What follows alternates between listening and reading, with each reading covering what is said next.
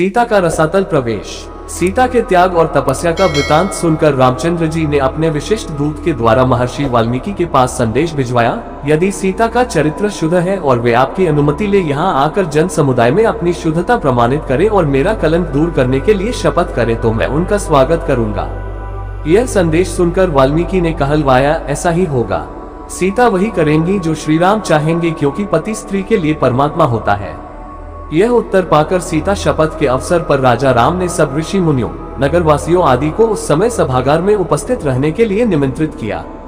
दूसरे दिन सीता जी का शपथ ग्रहण देखने के लिए नाना देशों से पधारे ऋषि मुनि, विद्वान नागरिक सहस्त्रों की संख्या में उस सभा भवन में आकर उपस्थित हो गए। निश्चित समय पर वाल्मीकि सीता को लेकर आए। आगे आगे महर्षि वाल्मीकि थे और उनके पीछे दोनों हाथ जोड़े नेत्रों में आंसू बहाती सीता आ रही थी। वे मन ही मन श्री राम का चिंतन कर रही थी। उस समय महर्षि के पीछे आती हुई सीता इस प्रकार जान पड़ती थी मानो सृष्टिकर्ता ब्रह्मा जी के पीछे श्रुति चली आ रही हो। काषाय वस्त्रधारिणी सीता की दीनहीन दशा देखकर वहां उपस्थित सभी लोगों का हृदय दैख से भर आया और वे शोक से विकल हो आंसू बहाने लगे। वाल्मीकि बोले, श्री राम, मैं तुम्हें विश्वास दिलाता हूँ कि सीता पवित्र और सती है। कुश और लव आपके ही पुत्र हैं। मैं कभी मिथ्या भाषण नहीं करता। यदि मेरा कथन मिथ्या हो तो मेरी संपूर्ण तपस्या निष्फल हो जाए।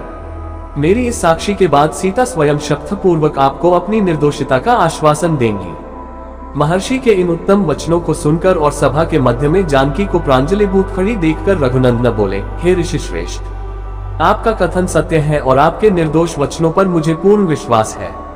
वास्तव में वैदेही ने अपनी सच्चरित्रता का विश्वास मुझे अग्नि के समक्ष दिला दिया था, परंतु लोकापवाद के कारण ही मुझे इन्हें त्यागना पड़ा। आप मुझे इस अपराध के लिए क्षमा करें। तत्पश्चात श्री राम सभी ऋषि मुनियों, देवताओं और उपस्थित जनसमूह को लक्ष्य करके बोले, हे मुनि एवं विज्ञजनों, मुझे महर्षि वाल्मीकि जी के कथन पर पूर्ण विश्वास है, परंतु यदि सीता स्वयं सबके समक्ष अपनी शुद्धता का पूर्ण विश्वास दे तो मुझे प्रसन्नता होगी। राम का कथन समाप्त होते ही सीता हाथ जोड़कर नेत्र झुकाए बोली, मैंने अपने जीवन में यदि श्री रघुनाथ जी के अतिरिक्त कभी किसी दूसरे पुरुष का चिंतन न किया हो तो मेरी पवित्रता के प्रमाण स्वरूप भगवती पृथ्वी देवी अपनी गोद में मुझे स्थान दे। सीता के इस प्रकार शपथ लेते ही पृथ्वी फटी, उसमें से एक सिंहासन निकला। उसी के साथ पृथ्वी की अधिष्ठात्री देवी भी दिव्य रूप में प्रकट हुई। उन्होंने दोनों भुजाएं बढ़ाकर स्वागत पूर्वक सीता को उठाया और प्रेम से सिंहासन पर बिठा लिया। देखते देखते सीता सहित सिंहासन पृथ्वी में लुप्त हो गया। सारे दर्शक स्तब्ध से यह अभूतपूर्व दृश्य देखते रहे। संपूर्ण वातावरण मोहाच्छन्न सा हो गया।